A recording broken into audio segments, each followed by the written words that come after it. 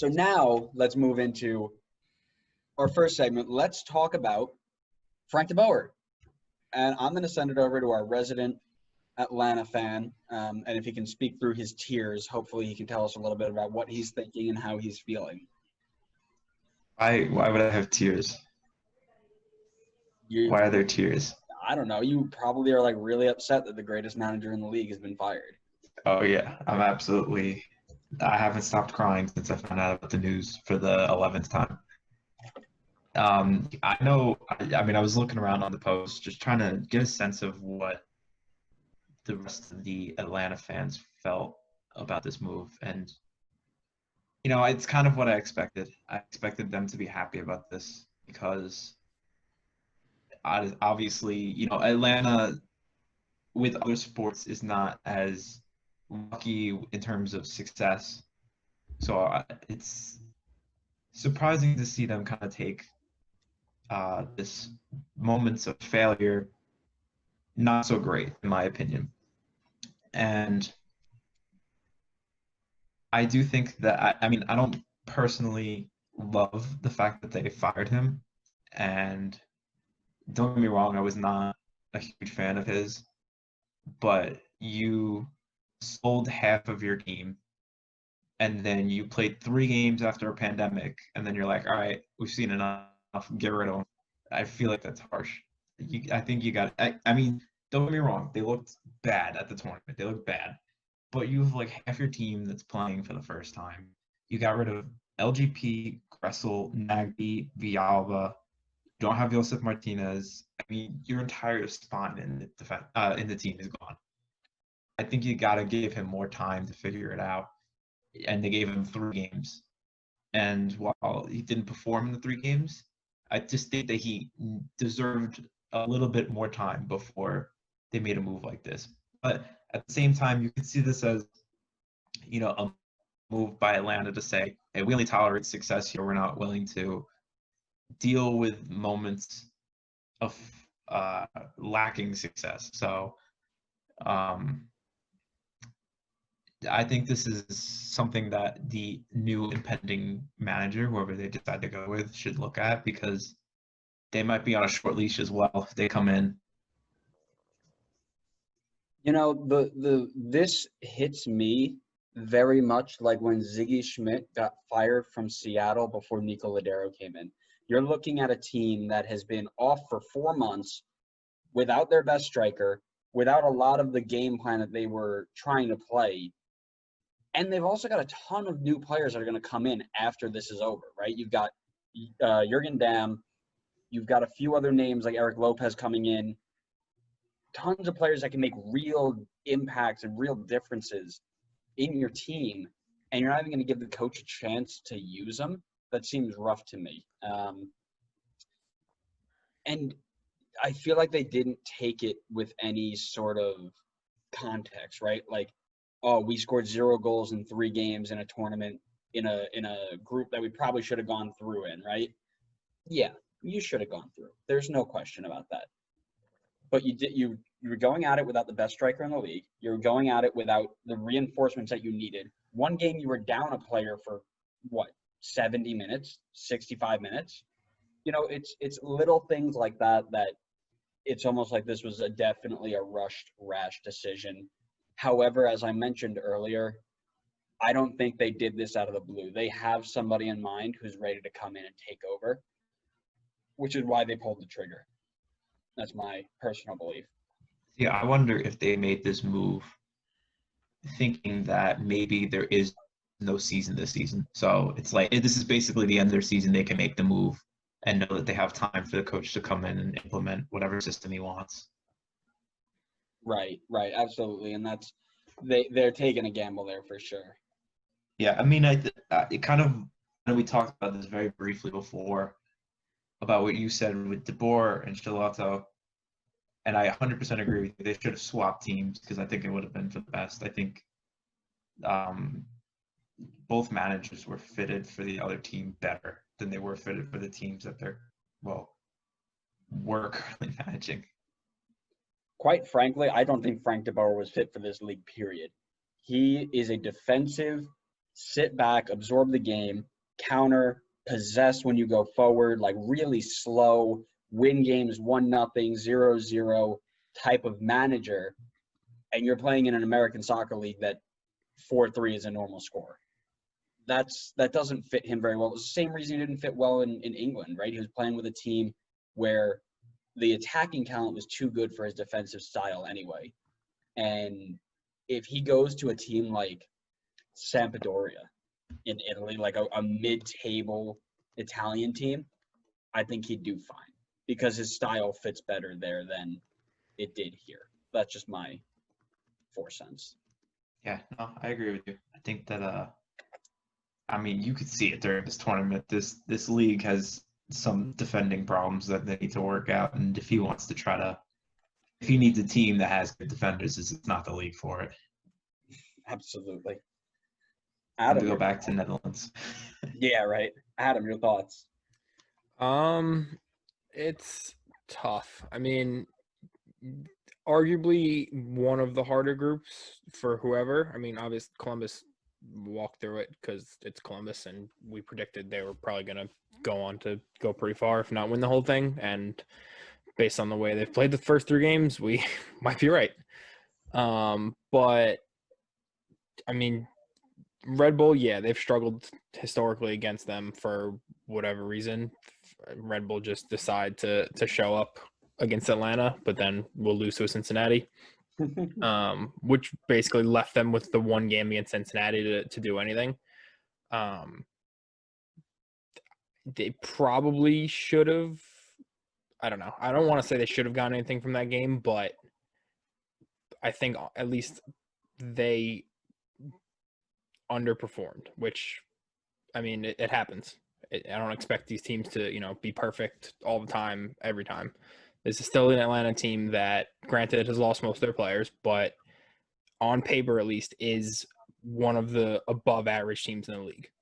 Right? I'm not saying they were going to ever go on to win the tournament, but 0 goals from 3 games, regardless of if you're missing Joseph, is bad. So, yeah, I mean, Connor spoke about it, how their 2-man midfield at one point was like Mo Adams and Big Jeff. Like, that's not a midfield that's going to win you a game. Not a 2-man midfield is going to win you a game. You put somebody else in there, maybe, right. But those 2 in the formation that they played, no. Right. So part of those decisions are obviously De Boer's fault, him being the manager, but it's not as if the players looked well. Like, they didn't do anything spectacular on the field, and those players, like a PD, like, the bigger names, had to have stepped up, and they just didn't do a thing. Like, George Bello was probably their player of the tournament, and the kid's like 15. Like, Yeah. for a team like Atlanta, that really can't happen. As much as I love George Bello. Yeah, I mean, like you said, they honestly they didn't leave De Boer with anybody in the midfield to get the job done. Yeah. Their midfield is probably their weakest point in the team right now, and I'd say last year was one of their stronger points with Gressel and Nagby there. But when you get rid of them and don't replace them, that's what's going to happen. You saw it against Columbus. They still lined up in the 3-4-3 with that 2-man midfield. Columbus had the 3 with Zellerine and I forget who the other 2 behind him. And just the amount of space for those 3 midfielders was a joke. I bet those Columbus players never wanted that game to end because they were just having so much fun with it.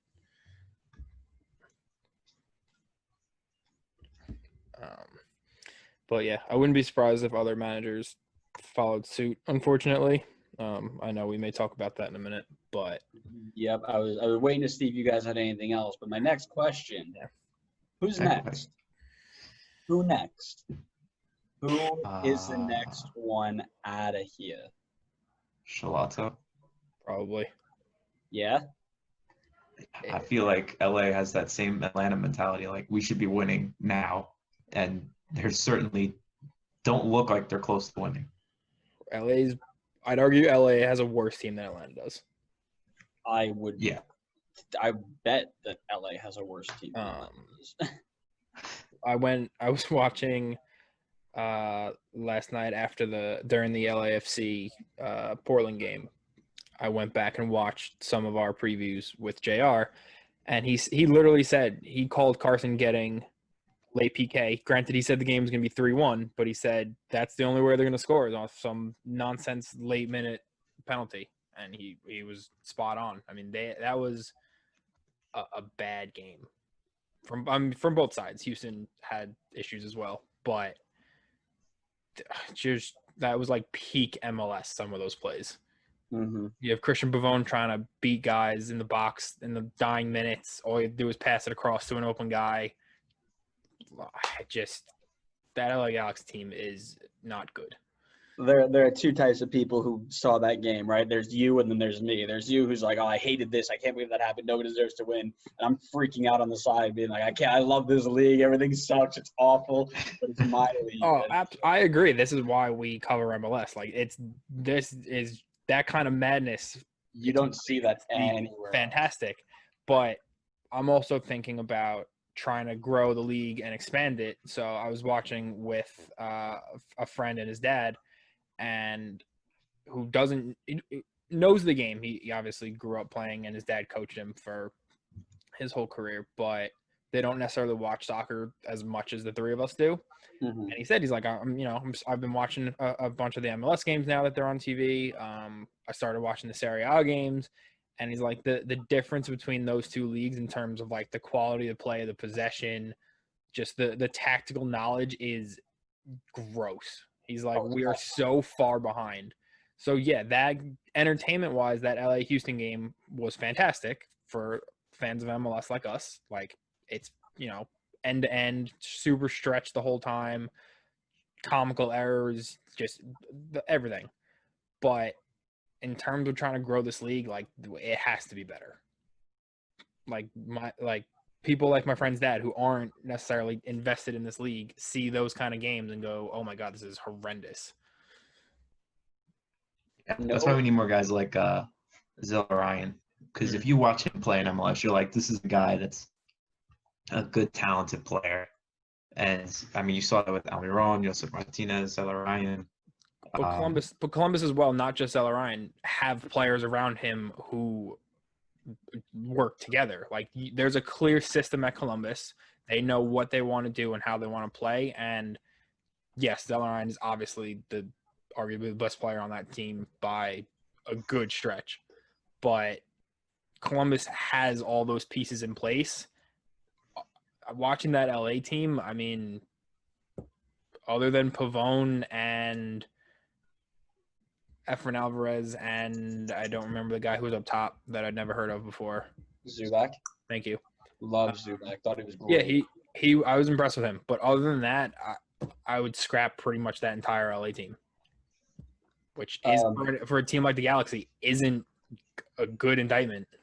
I'm keeping David Bingham because he's a good goalkeeper, and I'm keeping Perry Kitchen for the memes. I mean, did you see that goal Houston that Darwin scored?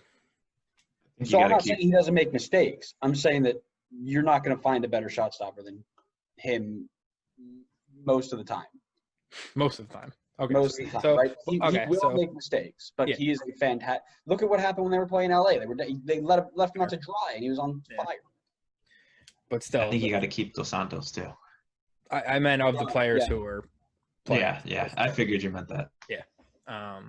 But yeah, the fact that, granted, they're missing two of their most important players in Chicharito and Dos Santos, but I mean, the fact that the Galaxy is literally built off a less stellar version of Madrid, where we just bring in like essentially the MLS Galacticos, and the fact that we're saying we're going to keep 4 players on that team, that's horrible. Yep. I am shocked nobody's brought up the obvious. Chris Armas for, I believe, personally, the second time in his short coaching career, messed up a lineup in a very clutch game. 0 strikers on the field. 4-2-2 where you have your best playmaker playing out wide. which I think the 4-2-2 is awful. I think Red Bull Global trying to force it on us is awful. And I think the only reason he's still in that position is because, okay, I'll play your 4-2-2. Davis and Caceres are not playing the way they need to. Amro Tarek had a blunder, whatever. I believe he is on the hot seat. The reason I don't think he's out next is because it's not his fault that when he had to rotate in the third game in 15 days in 95-degree heat, he had nobody to rotate to. For his starting 11 to be Ben Mines, 17 years old, year of Omir at striker, which is why he didn't play well because he was out of position, obviously. I didn't even take too close of a look at that starting 11, but you look at it and you think, where is our depth? Our depth is our second team. We're not signing players like LA to put on our bench and say, okay, we need you to come off the bench and be good. We're signing one player to be in the starting 11, two players. I'll give you Jensen and I'll give you Pendant. And then everybody else is okay. Our entire benches are just second team. Who cares?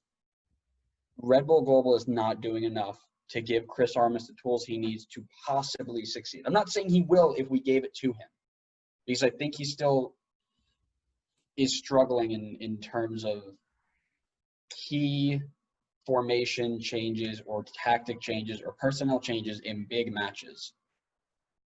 But who is he going to go to, right?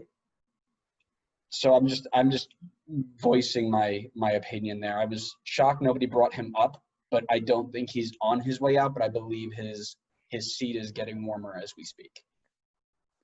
So I would argue that Red Bull aren't the type of franchise to make that kind of a decision unless things get really, really bad.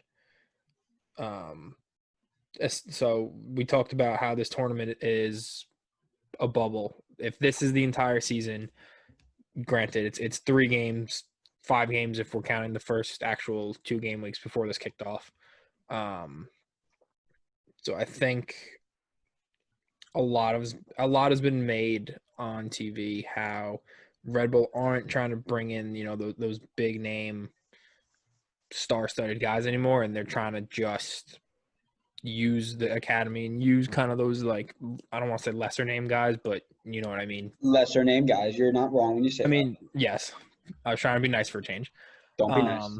Not for Red Bull. You have to be nice to FCC because FCC went farther than all of our teams. You aren't allowed to trash talk them today. I know.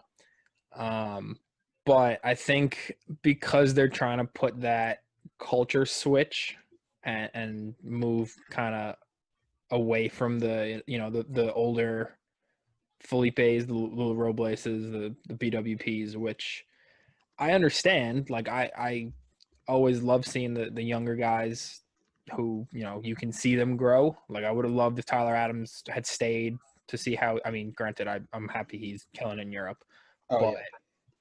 I heard that point on TV from, I can't remember if it was Stu Holden or whoever. Whoever.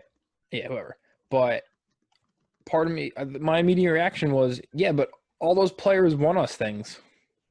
It's fair. Like, I'm all for, using the academy kids and bringing kids through who understand the culture. But,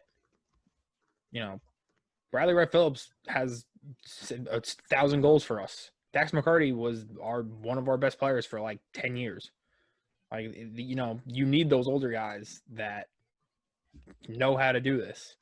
So I don't know if Armas will be the next one to go. Andrew, I know you want this person to stay because I know how much you enjoy watching this team, but what about DC? What about Ben Olsen?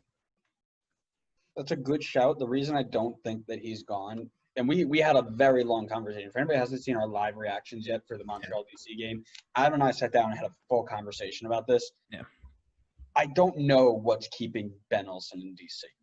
I don't know what results he's gotten that say this guy is worthy of keeping around. I don't, right? And I think he had 5 top 10 finishes in the last 10 years, but only like 1 playoff win or something like that, if that. Some stat like that where it's like, okay, half the years he didn't even make it. And when he did, he barely got out of the first round.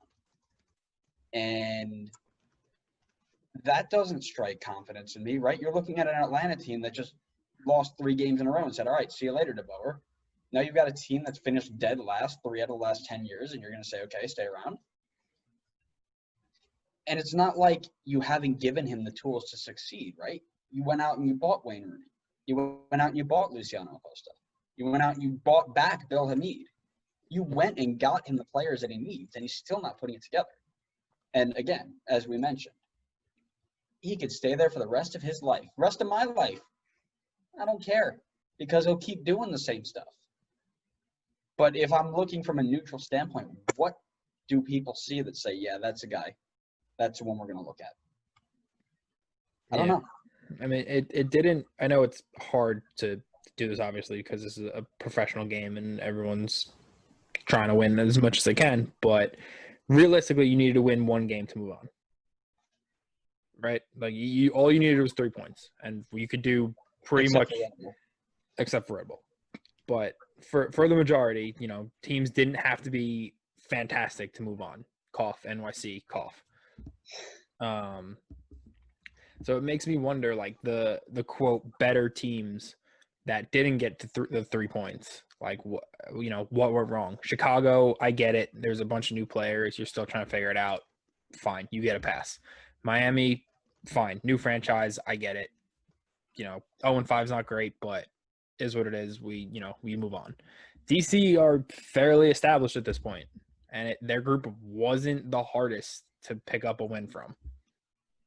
It wasn't easy per se, but they definitely, with the players that they have, should have picked up at least 3 points somewhere. Right. Colorado's the other one, considering the way they started. But that group was a little bit more difficult, I think, than DC's. So, like, not everyone can go through, obviously. I mean, we spoke about Atlanta already. That was someone wasn't going to move on from that group. I don't know how the hell Cincinnati finished in second, but I'm not super surprised because Atlanta looked horrendous and Red Bull don't run out of ways to surprise us. And that Galaxy team is a dumpster fire. So, like, I get it, but that DC, I think of those teams, DC should have been the one to go through based on just who was around them.